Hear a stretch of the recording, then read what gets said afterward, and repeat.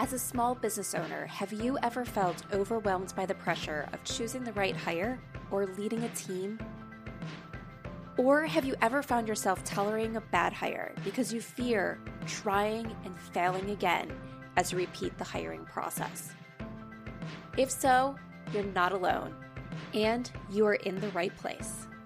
Welcome to the Growing Your Team podcast. The Growing Your Team podcast teaches business owners like you to expand your unique business by teaching you to master the hiring and team management process. Hiring and managing a team does not have to be a challenge. You just have to learn to do it right. And the Growing Your Team podcast teaches you how to become a confident leader who hires right every single time. Now, let's jump into the show where each episode you will learn tips on how to identify what type of help you need on your team, how to source amazing candidates, how to conduct interviews that lead you to your ideal team member, how to onboard successfully, and how to lead every person in your business so you have a team of rock stars who you are happy to pay every single paycheck. So let's jump in and teach you how to hire like a pro. Hello, Jamie Van Kuyk here, and welcome back to the Growing Your Team podcast. Today, I have on guest Laura Bull. Laura is a best-selling author and brand strategist who specializes in transforming people into competitive and sustainable business brands. Early on in her career, Laura spent 10 years with Sony Music Entertainment, becoming one of the company's youngest executives at the age of 28. During her tenure, she spearheaded artist development and marketing for globally recognized brands including Carrie Underwood, Brad Paisley, and Johnny Cash, among hundreds of other artists. Now, Laura takes this knowledge and teaches others what it takes to become a powerful influencer. Everyone in marketing discusses the power of influencers, but no one is discussing how an influencer becomes powerful. Laura redefines the term influencer by extending its scope offline, highlights positive psychology principles in terms of branding, and reveals the proprietary brand matrix that gives entrepreneurs step-by-step directions to discover their own authentic and competitive brand. In this conversation, Laura and I are talking all about personal brands. Those brands that really center around one person and how to be successful if your business is a personal brand, but still having a team behind you. Because just because you're the name of the company, just because you're the face of the company, does not mean you have to do it alone. So we're going to talk about your personal brands and how to hire the right people as you go to expand your team within your personal brand. And we're also going to give you tips on how to have your employees succeed when they are supporting you with your personal brand. So let's jump into the conversation. Hi, Laura. Thank you so much for joining us today on the Growing Your Team podcast. Thanks for having me. Yes. All right. Before we jump into today's conversation, can you take a little bit and introduce yourself and your business? Yeah, sure. So, my name's Laura, and I'm a brand strategist and CEO of the brand management company. And my background is actually interesting because I was the head of marketing and artist development at Heirs to RCA Records in Nashville, where, my background is working with global household name superstars, right? And then now I started the consultancy, which is basically fractional branding for, any public figures or entrepreneurs who are the face of their business. And I, in the last 5 years, wrote a book called From Individual to Empire, a guide to building an authentic and powerful brand. And that's a bestseller right now. So that's actually in the marketplace, and that's helping people figure out the whole personal branding world and how to turn that into a business. So that pretty much sums me up. Yes. Well, congratulations on the best-selling book. That's Thank exciting. you. That Yeah. is exciting. Yeah. And one of the things that I was really enticed and like excited about bringing you onto the show is, from when you shared your bio and everything with me, you've worked with some pretty big names in the industry. And I Yeah. think there's a lot of times where we see these names and we know these names, we know these artists and everything, and we forget everything that goes on behind the scenes to make this person successful. And sometimes they do too. Right. Sometimes they definitely do too. Yeah.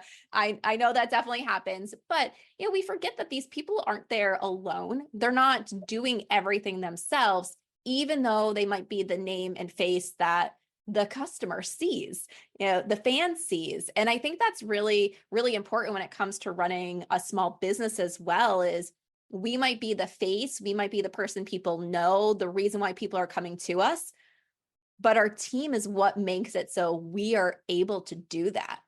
Yeah, and that's actually, you hit on exactly what I meant by saying, like, they don't oftentimes get it either, is because many times creative entrepreneurs are not aware of themselves as a CEO. They are Mhm. the CEO. They just also happen to be the product that they are selling into the marketplace. So most entrepreneurs actually fall into that same category where they are the product they are selling, right? And so my mission, actually, initially when I wrote the book, was to address um, that type of business owner. So it's not just music industry driven, obviously, but to address that type of business owner to change their mindset and understanding the differences between marketing and branding, and understanding how to separate themselves as a CEO and as the product.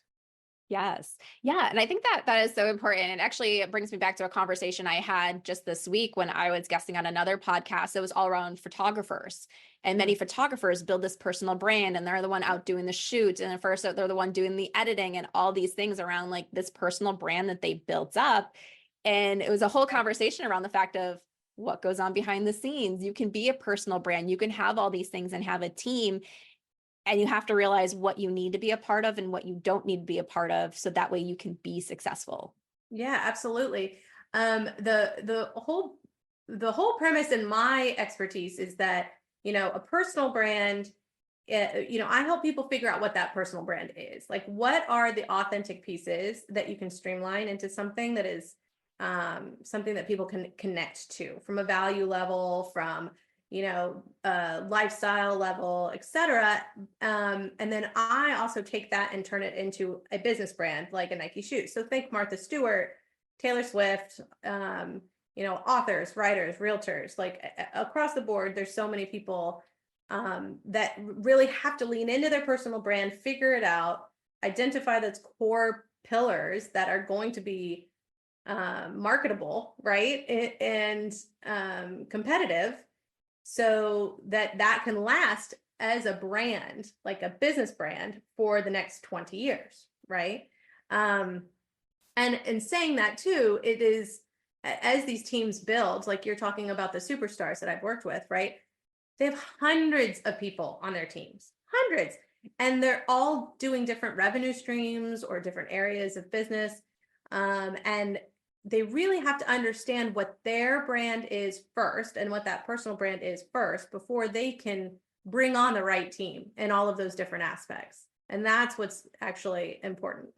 Yes. Oh my gosh, that is so important. It's like one of the things I always talk about is just because someone's good at what they do doesn't mean they're right for you. Correct. So you can Yeah. have someone that they have done amazing things in another organization. They are sought after by so many companies, but if they're not right for you, if they don't align with your brand and the culture and everything that you're building, it doesn't matter to you. Cheer them on. They're great, but don't bring them into your business if they're not going to be the right fits. Yeah, and I typically like to identify what I call a shared value, right? If we're talking about like the power of influence, etc., the shared value that needs to be implemented is typically discussed as what the brand has with the consumer, right? But it also needs to be internal. That brand shared value has to be consistent across everybody that works for you, or they're not going to understand the layers of the brand, right? They're not going to understand. They're not going to be able to go out there and talk about the brand and sell the brand and live the brand.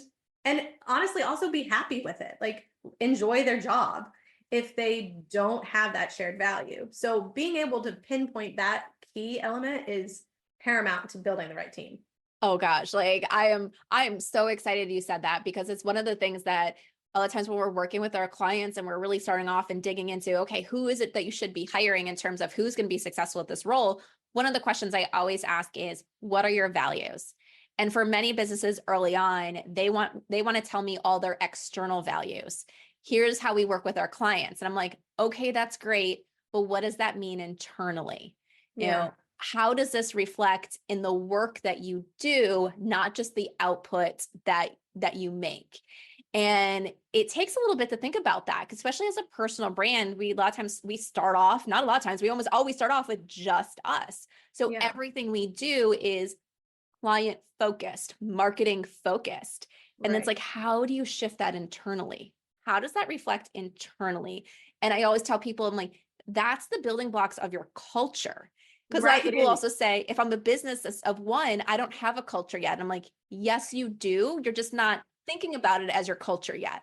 Yeah. And the funny thing is like, I am not a culture expert at all. Somebody asked me a question on the last podcast I was on about the same thing. And I'm like, I can't speak to culture, but I will tell you that if you have these shared values between the people that you're bringing in and they deeply believe in the brand and understand the brand. So it's both, right? Belief and understanding. And they want to live that, right? That's something that's natural and authentic to them. It's naturally going to come across in the culture. I mean, you just can't not have it that way, Yes. Yeah, definitely. Okay. Well, let's take it back for like some of the stuff. So obviously some of the artists and other things you've worked with, other people you've worked with, like they're now huge brands. As you said, sometimes they have hundreds of people behind them, but they didn't start that way. They started, like, as you said, a lot of times it's just them. They're trying to break it into whatever industry they're in. Then they finally build that up, but it's just them. They need to get stuff off their plate because they're realizing they're overwhelmed. Yes. What are some of the tips and advice you can give for how do you really, I know we talked about it a little bit, I think already, but how do you really start incorporating that personal brand into your team identity? Or really, how do you, I guess let's even start more basic than that. How do you let go so you can start letting people into your personal brand? That's hard. I think again, it's super clarity and communication when it comes to that, and confidence, right? So, I mean, that's what I always tell my clients is, listen, you are going to leave here and you're going to have clarity and confidence. And that, especially when you're a public figure, like that's a very important thing for them to have. But for instance, if they're jumping agents or they're trying to change agencies or things like that, if they can't explain who they are and what they're trying to do, then nobody's going to sign them up no matter how much they've done in the past, right? So again, it goes back to, if you are needing to turn your personal brand into a business brand, you really have to do a full audit on your own self, right? And figure out what elements of your own personality, lifestyle, values, like we said earlier, like all of these things, figure out which elements are going to be the through line, right? So 4 or 5 brand pillars, that's it. You're looking for 4 or 5 brand pillars. And then I always have my clients, after our brand strategy sessions, we create a brand statement. And that brand statement includes the purpose, the shared value, like I said, whatever that shared value is with the audience. And you have to start there, right? If you're a one-person show. And then all of the brand pillars. So all 5 of the brand pillars are going to be in this one statement. That one statement is literally the house foundation that you are going to build the entire community on, right? Right. So if you have that clearly defined in that one statement, you can communicate that effectively. You can include it on job postings. You can include it when you're, just in the interview process. Work it in obviously in different ways. You don't want to just post, copy and paste, but those are the elements that you're going to want to get across to attract the right people who are going to perk up when they see that information, but also weed out the ones that aren't going to, fit that bill. Yes, Laura, you're totally speaking my language there. That's why I tell people all the time. I was like, you got to write a job posting that makes someone read that they're nodding their head along and saying, Yeah. yes, that's a place for me. But other people are going, no, I don't want to work there. That sounds Yes. horrible. Perfect. And it's one of the first things I teach people is like, and branding, you're not trying to hit the mass market. You are trying to hit your target market, right? Yes. So you're going to find people who live and breathe and want to die by what you're doing because they also do that, right? And that's who you're trying to attract. Yeah, like I remember years ago, I was talking to a friend that was starting their business, and their Christian faith is really important to them. And they're like, it's not that we don't want to hire anyone that's not of Christian faith, but our Christian faith is really important to us. We might pray for our team members. We might, gather at a team meeting and say a quick prayer beforehand, because that's us as business owners. And we don't want anyone coming into the organization that's going to make them feel uncomfortable. If they don't want to participate in it, that's fine. We're not going to discriminate, but we want to make sure people understand who we are. So like, how do we do that? Because we can't ask them about their faith or things like that during an interview. And I said, from the very beginning, your job posting, you talk about who you are and your values. So you know that they know who this is. They know who you are. You can talk about it during an interview as well. Not that you're asking them about it, but that you're talking about it. So for another client, they work with people that are really, their main focus is helping people retain employees after they become parents. So they know that people who already are parents tend to connect more to that mission, but you can't ask someone if they're parents during an interview. So it's like, what do we do? Well, you talk about it. You tell people what you're about. You tell people that who's really going to be successful in here, and you let people select and deselect themselves from the process without you having to ask certain questions about that to uncover certain things that you might not want to uncover, or you're not allowed to uncover during an interview. Absolutely. 100%. Everything you said is accurate. That's exactly what you should do. Yes.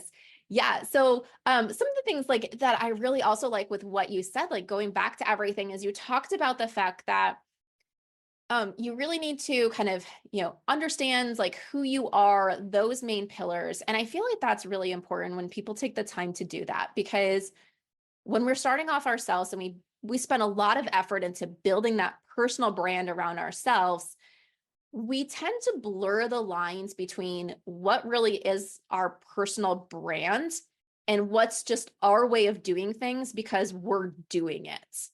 And I think you spend a lot of time to figure out what are those pillars.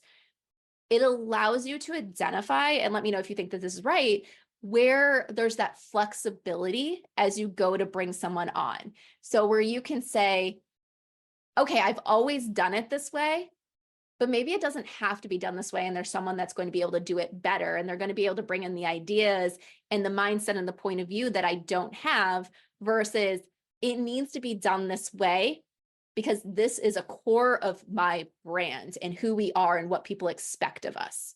Oh, I love that question. Wow, that's a good one. So the brand should not dictate operational, right? But also the brand, if you get super hyper focused on the brand and really understand it 100%, it actually opens up an infinite amount of marketing possibilities. And that, a lot of people struggle with that, right? Because branding, yes, consistency, yes, you have to have that for brand loyalty, et cetera. Yeah, you do have to have all of those things, and you can evolve. I always say don't change your brand, but you absolutely have to evolve, right, over time. But when it comes to processes and marketing strategies and thinking outside the box, et cetera, you should not, the brand should not stifle the creativity in those areas. So as long as what is being communicated at the end point incorporates that brand, then everybody on the team should be able to have the freedom to do their jobs, if that makes sense. Yes, I think that totally does. It's one of those things like I like to train on is you have to think about the why. And I always say it's like back when my oldest, that's now 11, I think when she was 4, she told me, Mommy, because I said so is not an answer. And so you need to think about your why things need to be done certain way. And there are things where it's like, well, it needs to be done this way because it impacts what the client sees or hears or experiences. But then there's other things in that process that doesn't impact what the client experiences. It doesn't impact your ability to stay on the right side of regulatory things or Mhm. whatever it is that you need to follow. That's, it's can be done a different way and it doesn't impact financials. And there's all these things where it's like, if it doesn't impact anything that really matters within an organization and your only thing is, because I said so, when someone asks, why does it need to be done that way versus this way? It, it's those things where you can allow that creativity, you can allow those other Right. ideas and let go. And I mean, I think that's a lot of times what I have clients do is audit themselves, in the sense of what, like, let's say a process, right? Any process that you want to pull out. Let's identify and make sure that and it is important to note that branding is about the experience. It's about the sight, sound, smell, everything that you are providing to not only the clients, but also everybody on the team. What I do is have them audit that situation and say, is the shared value in here? Is the purpose in here? And are the brand pillars in here? And a little checklist on the side and just double check your work, right? And if, let's say, you want to change a process and something's missing, then maybe you tweak it to get that added back in. Does that make Yeah. sense? Yeah, I love that. And I feel like it really covers that fear of delegating and that fear of letting go. Mhm. So if you're able to say this is different, okay, is it good different? Is it bad different? Because Right. it's always going to be different if you're not doing it yourself. Correct. Yes. And as a control freak, yes. Yeah. And like, let's face it, as many small business owners, whether we like to admit it or not, we probably are a little bit of a control freak because Right. the fact that we built this business, we know what's on the line if things screw up. We feel Yeah. it personally when our revenue goes up and it goes down. Right. It was like, I was just talking to a friend the other week and I made comment. I was like, being an entrepreneur is great because you're personally responsible for every dollar you pay yourself. And then it's also stressful because you're responsible for every dollar you pay yourself and Yeah. you pay your team members. So, Yes. it's this good and bad. And so we are control freaks because we feel so much of the change in our business. Yeah. And it's scary to let go when you feel that way. Yeah. And if you know that your team all really like understand and live the brand, right? It makes it easier Yes. because even if they do mess up or they're having a rough month or something's going on where they are doing something differently than you would have done it, as long as at the end of the day they really understand what the end goals are, it makes you have that faith that it's just going to work out, and you can Right. tweak it a little bit and make it better. So I will say that too. Right. Yeah. Yeah. And it's like making it better. I think that's one of the things we have to look at is our businesses are not perfect as is. Mm-mm. They are working as is. And even in corporate organizations that seem to have it all put together, they're improving and changing processes all the time. If you Or Yeah, there's always things that can be done better. So let's let it be done better. And sometimes the best way to do things better is to get other people in that can bring in a different perspective. absolutely. Yeah. And that's actually one of the things I miss from working in a corporate environment is being able to run down the street or the office hallway, whatever. It feels like a street when you work from home, right? Right? Uh, and bounce ideas off of each other. And you know what I mean? And have that even just if it's like water cooler talk, that's all stuff that you want to make sure that you are offering to your employees, whether they're work from home or whether it is in the same office. Yeah. Yeah. I love that you say that because that's like one thing I feel like gets missed when we start building remote teams is that water cooler talk because we start getting Yeah. into the habit of we talk with purpose rather Mhm. than talking for connection and ideas. So, okay, I need something. I'm going to call you up or send you a message that I need this. But yeah, we don't run into each other. We don't see each other on our way to the bathroom, our way out the door, our way in. Right. So you have to figure out how to build that into your interactions with your team members to have that flow of ideas. And one of the things that I found that kind of works is, now this always depends on the team member's personality. So sometimes it's a little bit easier than others because some people aren't big talkers or sharers. I learned this the hard way, is don't just jump into a conversation about here's what I need from you or here's what's going wrong. It's, let me ask some of those questions. How was your weekend? If I know they have kids, anything fun going on with the kids and things like that, where it's like, let's connect.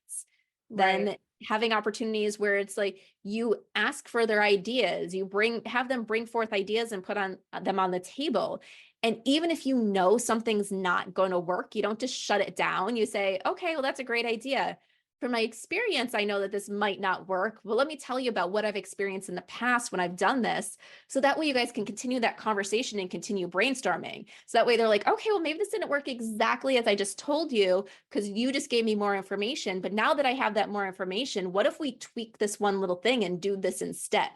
Yeah, no, that's absolutely. You never want to shut anything down in the brainstorming Yeah. session. That's for sure. It's a Yes. yes and. Yeah, because once you shut it down, if you're always in that thing of no, no, no, Right. they're going to stop bringing up ideas because they're always going to feel that you're going to say no. So what's the point? Amen. Yeah. That's so true. Yep. And sometimes it has to be no, because like, once again, you know more than they do. You know what you've tried, you know what haven't. So it's about providing that additional information. Like you said, yes. And to continue Yeah. on the conversation. Yeah. And So yeah.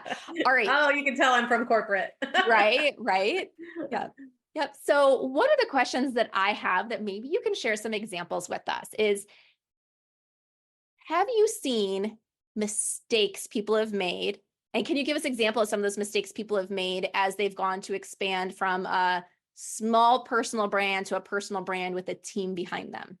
Well, I will tell you that one of the reasons I wrote the book is because I very strongly feel and believe, and there is data to prove it out there, that branding should come first before everything. It really, truly is the foundation of the house.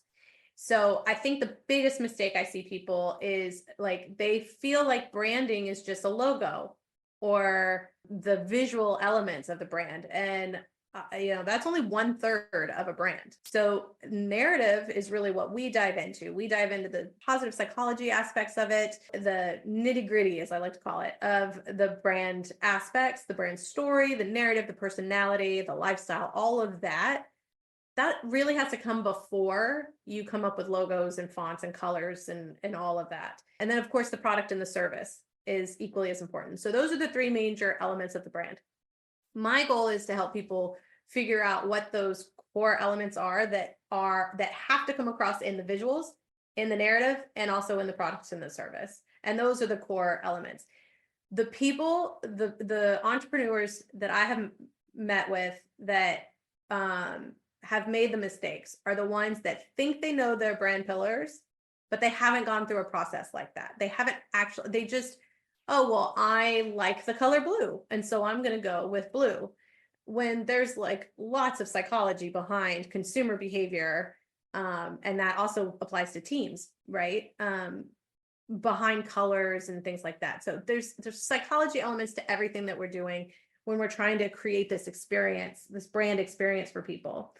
And that if we misstep on that and don't go through a full process on the branding side of things, not only will you bring in the wrong people on the team, because you'll be lukewarm about the brand.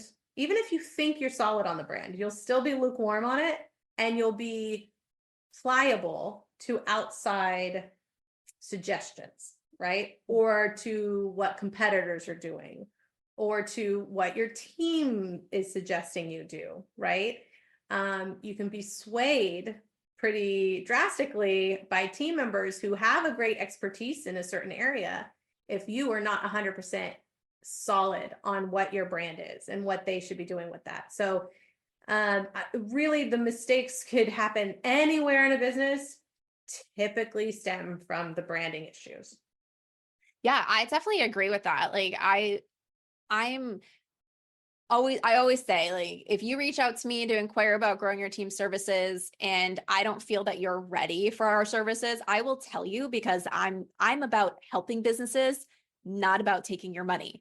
And I have in the past told people, I was like, you're not ready to hire yet and invest in that employee because you're still figuring out who you are and what you're doing and what you're offering. Yeah, And if send you them to me. invest, yeah.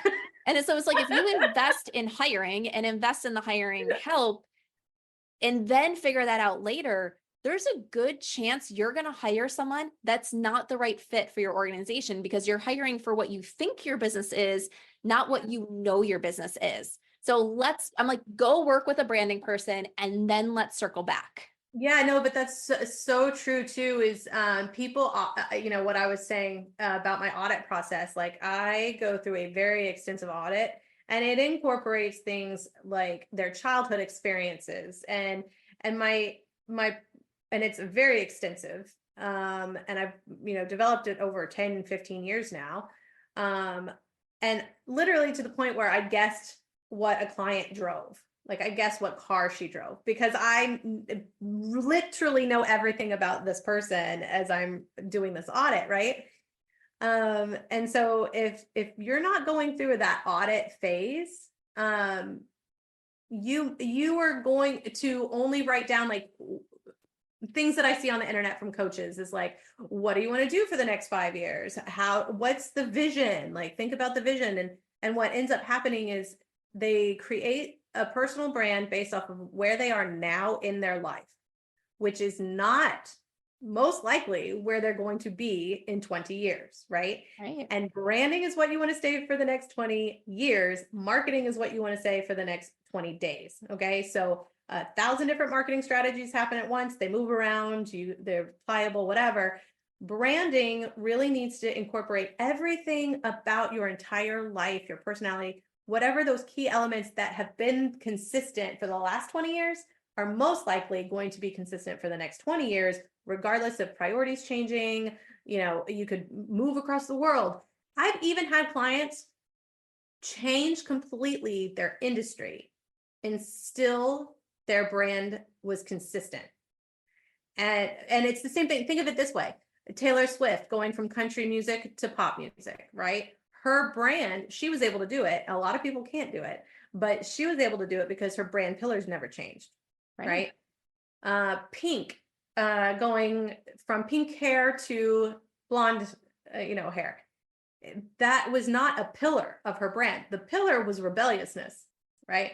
So it didn't matter what color her hair was, right? So that's the thing. If you can't find out what those core lowest common denominator elements are for the brand that you can build off of and grow and manipulate as you need to throughout your entire life, then you are going to set yourself up for failure. Ooh, I love the way that you approach that. And I think that is so important. Like there's so many things. And even like if we think about in the non, music industry, but just in like small business in general, there's probably a lot of people that come to our minds that we look up to. They're these really big names that have had more than one business. And why do we follow them from one business to the next? Why do we trust them when they open that second business? Yes. It's not because all of a sudden we see 100% the value of this business that hasn't put out anything yet. It's we know, like, and trust that person that's running it because of the brand that they put out. There's other people that they could go open a second business and you'll still never want to buy from that business because you didn't connect with who they were in that brand in that first one, because it is those brand pillars that are really connecting throughout. And so I just love the way you're talking about that. I know for me personally, back when I was like, I want to start a consulting business, what should I do? What should my focus be on? One of the things that really helped me was the fact that I was working with someone that I wouldn't say they weren't a branding specialist, but they were supposed to be helping with some of the marketing. And they did walk us through this exercise to really focus on on things that we should incorporate in our brand. And it was going through that exercise where I realized that no matter what the question was or what it was about, the word people showed up in every one of my answers. I love that. See, that's exactly the kind of thing I'm looking for when I'm doing an audit. Yeah. And so it was at that point in time, I was like, I have a background in process improvements. I have a background in people leadership and all those things. So first I was like, I'm going to do process improvement. Like that's one of the things, even if I do the people and the leadership consulting as well, I want it to be part of process improvement. And then once I went through that, I was just like, why am I fighting against what is one of my core pillars? One of my core pillars is people. It's the people in the organization, and we can fix the process to support the people, but it needs to be people first. And Yeah. that's what led me down the path that eventually opened Growing Your Team, was really focusing on that people aspect. Yes, I love that. And it's so true. Two things that you said. The different revenue streams is very important. So like think about Kate Hudson, right? And In Bloom and Fabletics, right? They all have the same brand pillars. If you get down to it, the same shared value, they're hitting the same target audience. I mean, it's all the same thing. So that's why that works. But the other thing that you said is, why am I fighting against it? Right? It's actually not super common, but it does happen where people, it's like, it's obvious that there's this like major pillar here, but they have such a they have looked at the competition and they feel like they have to do something in order to stand out in the marketplace, and that can't be included.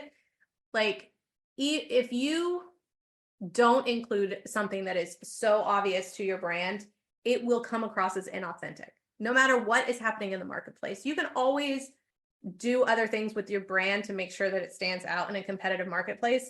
And so one of the things I say is, we glance to the competition. We do not look at the competition and study what they're doing, because that's only going to distract and confuse, right? Mm-hmm. So we glance to the marketplace to make sure that we're standing out. But at the end of the day, like I'll say key, when we do our market research for our brand reports, we break out the elements of the brand pillars that are already there that you should lean into in competitive situations, right? Yes. So we're not changing what we're saying. We're not changing how we're saying it. We're not changing anything about the brand. But this may be good. This one element may be better to lean into when you're up against this person than maybe this over here, right? That's the keys. So you're not changing who you are every single time you need to say something a little bit unique. Yeah. Yeah, definitely. So just like kind of another thing I think for when it comes to expanding your team and knowing that you're bringing in the right people and everything when it comes to those brand pillars is just an example of like kind of what I went through is, as we talk about comparing and looking at the competitions, and you look at what's out on social media, and there's so many people out there with their personal brands where they're doing behind the scenes of their life every day. They're talking about what they had for breakfast and where they're going on and all this stuff. And I look at that and I was like, there were so many times where I was like, that's what I need to do to be successful. But that feels so awkward to me. I don't mind. Like, I talk about my kids every once in a while on this podcast. I talk about them every once in a while in a post, like where it seems appropriate. Cause like what I'm talking about, there's an example that gets brought into them or things like that. But I'm not a big, let me share all my personal details and invite you into my whole personal life type person. That just feels awkward to me. And I realized that, why am I trying to be someone else? And someone turned me on to this one personality test and everything. I think it's called the Fascinator Profile. And it was around like kind of how you should show up when you're talking about your expertise, or how you should show up in social media and things like that. And mine was that I am an informer and an educator. And I was like, well, of course, that's what I do for my business. I am educating people. I always say, like, yes, we help you find your team member, but we do it from an education first perspective. We're teaching you how to hire. We're not always going to take on the clients that's like, I have 5 account managers. Can you just help me hire a 6th one? And then help me hire a 7th one and things like that. We're like, no, we want to work with the business owner that wants to improve their hiring processes, that they're new to it. They know that there's gaps that they're stumbling across. They don't know what they don't know. And so it's like, yeah, of course it makes sense that if that is what is a core to my business, is educating people and giving information, why am I fighting that in my social media and trying to be what other people are being? Okay, well, now that it sounds like that's another brand pillar for you, right? Yeah. Education and inspiration, right? So all of those things then that means that, right, that should be in everything, in all your visuals, all of your narratives, all of what you're already saying it's part of your process and what you're offering. And yeah, and then when I go to hire, like I make sure that if I'm hiring someone for marketing and social media, that they are okay. Like they want to do those types of posts, that they know how to pull that out of those pieces out of the content and put it out there. And they're not like, you need to show more of your personal brand. You need to get out and do like behind the scenes Monday. And I'm just like, no, I'm not going to do that. Let's do this instead. So if that's your thing, I'm not going to hire you. We're going to go with someone else. So absolutely. And I do want to clarify one thing too, because that a lot of people have this struggle, right? Where they're like, I don't do it. I don't have behind the scenes of my days or whatever. I post maybe once a quarter, my like girls and stuff like that, but that's like it. And then I do like funny Instagram stories all the time. When I see other people, I'll just post like, that's a funny saying or whatever, but I don't share a lot of my own private life. There's a difference. So there's actually two narratives that are happening when you're the person doing this. When you're the business owner, there's the private narrative and then there's the public narrative. Public narrative should incorporate bits of the private narrative, but you should be able to keep all of this to yourself. It's a private narrative for a reason, right? It's for you. It's not for public consumption. But what elements from the brand should come out from your personal narrative into that, that's a little dance that happens. And the other thing is, once you do that and you figure that out and what that public narrative looks like that is within the brand, it really will dictate what you do on social media, like you were just talking about. Like your posts are going to be more educational in tone. That makes sense to the brand. That's completely on brand. If you were to do a behind the scenes, it would be off brand at this point, right? So it doesn't make sense. But also which platforms. So a lot of people struggle with, oh my gosh, I feel the need to be everywhere at any given time. And I just don't have the capacity to create so much content. I don't have the capacity to do all this. Your brand will dictate where you are communicating with your target audience. So that it should be an easy decision once you know your brand. Yes, exactly. Yeah, I love that. All right, Laura, we have to start wrapping up for today. I feel like we could go on forever and ever as we dig more into this personal brand and getting the people on your business to support your personal brands. But tell everybody how they can get in touch with you. So our website is thebrandmanagement.com. So that's thebrandmgmt.com. And I'm at the Laura Bull on Instagram and most of the other places. All the places. Sounds good. And of course, we'll have links in the show notes over at growingyourteam.com for this episode. So you can go and find all the links and everything there if you need them. All right. So my final question that I love to ask all my guests is, we've all had leaders or managers that have stood out to us. Think of a leader or manager that has stood out to you and share one thing about them. Okay, so I had a vice president of marketing one time he was our boss for a couple of years actually. And the best thing about him was that he connected, like legitimately real connection with every single person on his team. And he had 3 departments under him. And every single morning we would have a just 15-minute wrap session in his office to ask anything, like if we needed him throughout the day and he was going to be in business meetings all day or whatever, and he knew we wouldn't be able to get a hold of him, we would just be able to have a blanket, free for all. But we always talk, he would always talk about, the latest Big Bang Theory episode. Like literally it was just that time to connect with everybody on the team, so just loved him. He was the best. Yeah. Yeah.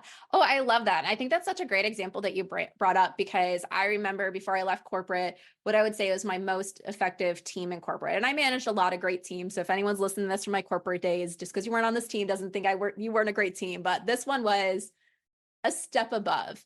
And they were so collaborative. They helped each other out. Everyone asked, like, what do you do to bring this team so together? Like they're great. They're a great example. And one of the things that we did every day was we had a team huddle every morning. It was 15 minutes. And I can tell you most days we probably actually only spent 5 minutes talking about the business stuff. And I just let the team chat and talk and everything for the first 5 to 10 minutes. And it was like, okay, now we need to wrap up and actually talk about the business stuff that brought us together. but it brought that personal connection in, and it made them really feel like, okay, instead of we're just being here tactical and we're executing and getting work done, we know each other. We're building as a team. So I think we talked a little bit before about how to connect sometimes with those remote team members. That's a good way to do it, is don't make everything in team meetings business, business, business. Bring in some of those personal things. And it would start off sometimes at the very beginning when you're getting them to talk. It was like, did anyone go to the movies this weekend? What's someone watching on TV? And you're just slowly pulling out that conversation where then they start doing it on their own after a while.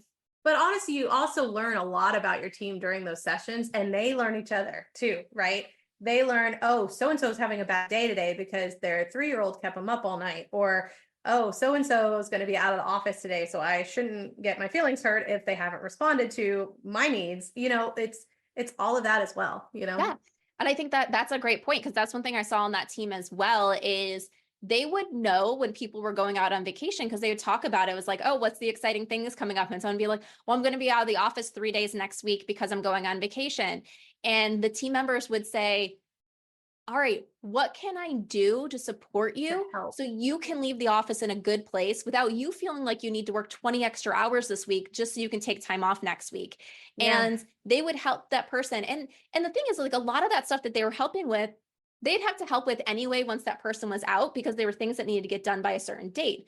But they wanted to make sure that team member felt like they were leaving things in a good place instead of stressed out the last few days before their vacation. And it just really helped because, they knew each other. They knew what was going on. They knew those personal things. They knew the struggles and everything. So that's very good.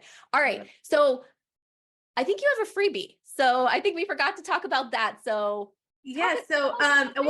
obviously we've talked a lot about my book, so From Individual to Empire, and you can get it anywhere, in any format, audiobook, ebook, whatever, hardcover, paperback.